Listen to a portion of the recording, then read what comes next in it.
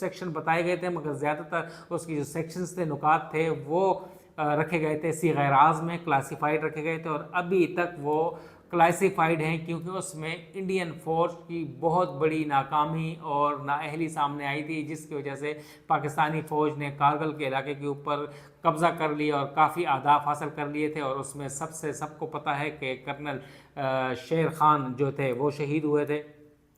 اس کے بعد اب دوبارہ ان سے مطالبہ کیا جا رہا ہے کہ جو ان کی 10 مئی کو بہت بڑی ناکامی ہوئی ہے حکومت پاکستان، اور پاکستان کے فورسز نے انہیں منہ توڑ جواب دیا ہے اور چپیڑیں ماری ہیں، جا کے ان کے گھر کے اندر گھس کے انہیں مارا ہے، اور انہیں خاموش رہے ہیں، انہیں پتہ بھی نہیں چل پایا، اور پاکستان نے انہیں منہ توڑ جواب دیا ہے۔ اس کے اوپر اب ان کے اوپر ایک پریشر ہے کہ مودی سرکار کو اب ایک کمیشن بنانا چاہیے، ایک کارگل طرز کے اوپر ایک انکوائری کمیٹی ہونی چاہیے جو کہ ذمہ داروں کو تعین کرے کہ کیوں نااہلی ہوئی، کیوں پاکستان نے اتنے اندر گھس کے ہمیں مارا۔ یہ چیزیں اب سامنے آ رہی ہیں، دیکھنا ہے کہ اب وہ انکوائری کمیٹی بنتی ہے، رپورٹ بنتی ہے یا نہیں، کمیشن کے ذمہ داروں کا تعین کر سکے اور محرکات کا پتہ چلا سکے کہ 10 مئی کو اتنی بڑی شکست فاش کیسے ہوئی۔ اس کے علاوہ ایک بہت بڑی ڈیولپمنٹ یہ ہے کہ پاکستان کے اور انڈیا کے ڈی جی ایم اوز یعنی ڈائریکٹر جنرل ملٹری آپریشن کے مابین بہت بڑا رابطہ ہوا ہے، اور 10 مئی کو دونوں ممالک کے درمیان سیز فائر ہوا تھا، جو کہ 4:30 بجے 10 مئی سے نافذ العمل ہوا تھا، اور 12 مئی کے دوپہر تک یہ رہنا تھا، نافذ العمل رہا، اور یہ طے پایا تھا کہ دونوں ممالک کے مابین یہ تقریباً 44 گھنٹے کا جو سیز فائر ہے، یہ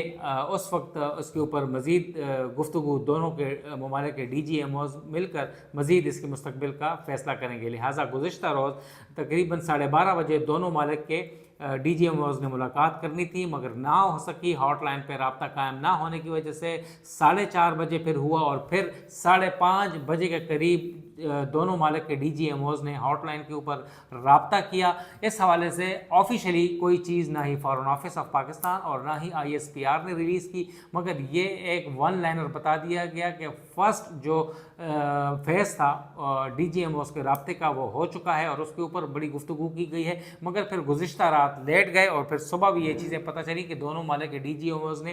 یہ آپس میں طے کیا ہے کہ دونوں ممالک اب اپنی اپنی جو فوجیں اگلے مورچوں پر تھیں وہ پیچھے ہٹائیں، دونوں ممالک ایک بھی بلٹ فائر نہیں کریں گے، دونوں ممالک سیز فائر لائن کی یا ورکنگ باؤنڈری کی وائلیشن نہیں کریں گے، کوئی بھی گولہ توپ سے نہیں جائے گا، کوئی بھی میزائل نہیں جائے گا، کوئی بھی فائرنگ نہیں ہوگی۔ بہت بڑی ڈیولپمنٹ ہے ڈی جی ایم اوز کی، اور یہ اچھی بات ہے کہ امن قائم ہو۔ جب 10 مئی کو 4:30 بجے سیز فائر معاہدہ ہوا دونوں ممالک کے مابین ہاٹ لائن کے اوپر، اس کے بعد انڈیا کی جانب سے کافی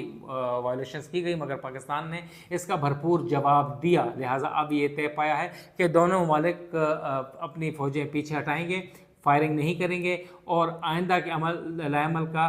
باضابطہ اعلان یا اس کے اوپر بعد میں دوسرے مرحلے میں جو ڈی جی ایم اوز کے مابین رابطہ ہوگا اس کے اوپر گفتگو کی جائے گی۔ اور اس کے علاوہ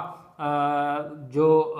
یہ بات سامنے نہیں آئی، نہ ہی فارن آفس نے بتایا اور نہ ہی آئی ایس پی آر نے، کہ جو بات کی گئی تھی تھرڈ وینیو کے حوالے سے، جو پریزیڈنٹ ٹرمپ نے ثالثی کے کردار میں یہ کہا تھا کہ تھرڈ وینیو پر دونوں ممالک کے اعلیٰ آفیشلز، ملٹری اور سویلین دفتر خارجہ کے اعلیٰ حکام مل کر کشمیر، پانی اور ٹیررزم کے اوپر گفتگو کریں گے، مگر اس کے اوپر ابھی تک پتہ نہیں چل پایا کیونکہ انڈیا پہلے ہی انکار کر چکا ہے اور جنگی ماحول پیدا کر رہا ہے۔ مگر پاکستان کا یہ کہنا ہے، آج ڈپٹی پرائم منسٹر اور فارن منسٹر اسحاق ڈار نے یہ واضح کر دیا ہے کہ بھارت نے اگر بات چیت نہ کی، کوئی وائلیشن کی، تو ہم سیز فائر معاہدہ ختم کر دیں گے، اور انڈس واٹر ٹریٹی کی سسپینشن ختم نہ کی تو یہ ایکٹ آف وار ہوگا، پاکستان دوبارہ 10 مئی کی طرح گھس کر انہیں جواب دے گا۔ اب ہم آتے ہیں ایک بہت اہم ڈیولپمنٹ، مختصر ہم آپ کو بتائیں گے کہ 10 مئی کو کیا ہوا۔ 10 مئی کی رات کو انڈیا نے پاکستان کے مختلف ایئر بیسز کے اوپر حملے کیے، جیسے کہ انڈیا کلیم کر رہا تھا کہ انہوں نے رفیقی ایئر بیس، شور کوٹ، سیال کوٹ، راول پنڈی کے نور خان ایئر بیس اور چونیا اور مختلف ایئر بیسز کے اوپر جیکب آباد سمیت حیدرآباد کے اوپر حملے کیے اور نقصان پہنچایا، مگر اتنا نقصان نہیں ہو جتنا وہ واویلا کر رہے ہیں۔ مگر پاکستان نے یہ واضح کر دیا تھا کہ ہم جب جواب دیں گے دنیا دیکھے گی، اور واقعی دنیا نے دیکھا۔ پاکستان نے پہلے ہی 3 رافیل طیارے مار گرائے، ایک MiG 29 اور اس کے علاوہ Su-430، اس کے اوپر 5 جہاز، 3.25 کھرب کا نقصان۔ مگر اب جو اس دن پاکستان نے جو آپریشن کیا، آپریشن بنیاد مرصوص آہنی دیوار کا آپریشن، انہیں منہ توڑ جواب دیا۔ الگ صبح یہ شروع کیا گیا فجر سے پہلے،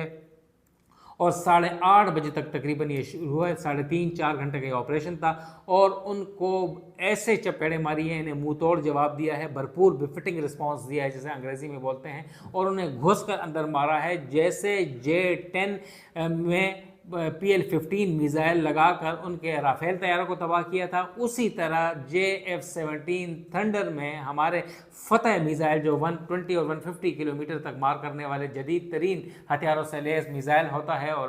لیٹسٹ جو ویپن سسٹم ہے اس کے ذریعے انڈیا میں گھس کے ان کی ایئر بیسز پٹھان کوٹ، راجوڑی اور دیگر ایئر بیسز کو تباہ کیا۔ اور انڈیا خود مانتا ہے کہ 26 ایئر بیسز کو اور 26 جو ان کی ملٹری انسٹالیشنز ہیں انہیں تباہ و برباد کر دیا ہے، کا ڈیر بنا دیا ہے، اور اربوں ڈالر کا نقصان ہوا ہے۔ ان کی S-400 بیٹری جو ان کے میزائلز اور ڈیفنس سسٹم ہے انہیں تباہ و برباد کر دیا ہے۔ تو لہٰذا اتنا سوفیسٹیکیٹڈ طریقے سے پاکستان کی فورسز نے، پاکستان کی ایئر فورس، پاکستان کی آرمی نے اور نیوی نے بھی اتنا زبردست انہیں منہ توڑ جواب دیا ہے، اس میں جدید ترین استعمال کیے ہیں۔ اور یہ سب لوگ کہہ رہے ہیں کہ چائنا کی مدد تھی اور ٹرکی کی مدد تھی، بے شک ان کی مدد ہمیشہ رہتی ہے، پاکستان کے دوست ہیں، مگر یہ تو پاکستان نے اپنا 5 یا 10% بھی استعمال نہیں کیا۔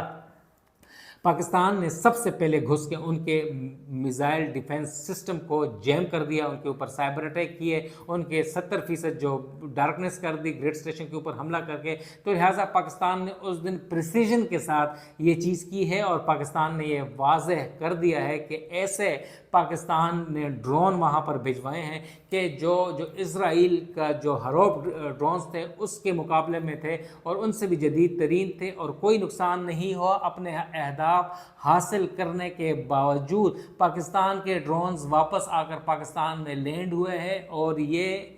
جو ہروپ میزائلز تھے انہیں پاکستان نے تباہ کیا، یہاں پہ اہداف بھی حاصل نہیں کیے، سویلین کے اوپر گرے، اور پاکستان کے ڈیفنس سسٹم نے انہیں مارا۔ تو لہٰذا پاکستان کا ڈیفنس سسٹم اب بھی جدید ترین ہے۔ یہ چائنا بالخصوص نو ڈاؤٹ کہ پاکستان کے یہ جو چائنا کے جو جہاز استعمال ہوئے ہیں اسٹیلتھ ہے، اور اس کے علاوہ J-17 تھے، اس میں بھی اسٹیلتھ کی ٹیکنالوجی ہے، اور بہت خاموشی سے جا کے انہیں اندر گھس کے 400-450 کلومیٹر اندر گھسے ہمارے J-17 تھنڈر، اور ان کی ایسی کی تیسی پھیلا دی۔ مگر یہ ایک چیز واضح کرنا چاہتا ہوں کہ اب بھی پاکستان کی 90% سے زیادہ جو اسٹریٹجک جو انسٹالیشنز ہیں اور ہمارے پاس جو اکوپمنٹس ہیں، ویپنز ہیں، وہ بھرپور ہیں۔ نیوکلیئر ہتھیاروں کی ضرورت ہی نہیں آئے گی، ہمارے پاس کنونشنل ہتھیار بہت جدید ترین ہیں، اور اس کے لیے تمام تر تیاری ایسی مکمل ہے کہ اگر اب بھی مس ایڈونچر کرتا ہے انڈیا، انہیں ہوش نہیں آتا، تو انہیں منہ کی کھانے پڑے گی، اس سے زیادہ انہیں تباہی ہوگی۔ نوید صدیقی کو اجازت دیں، والسلام۔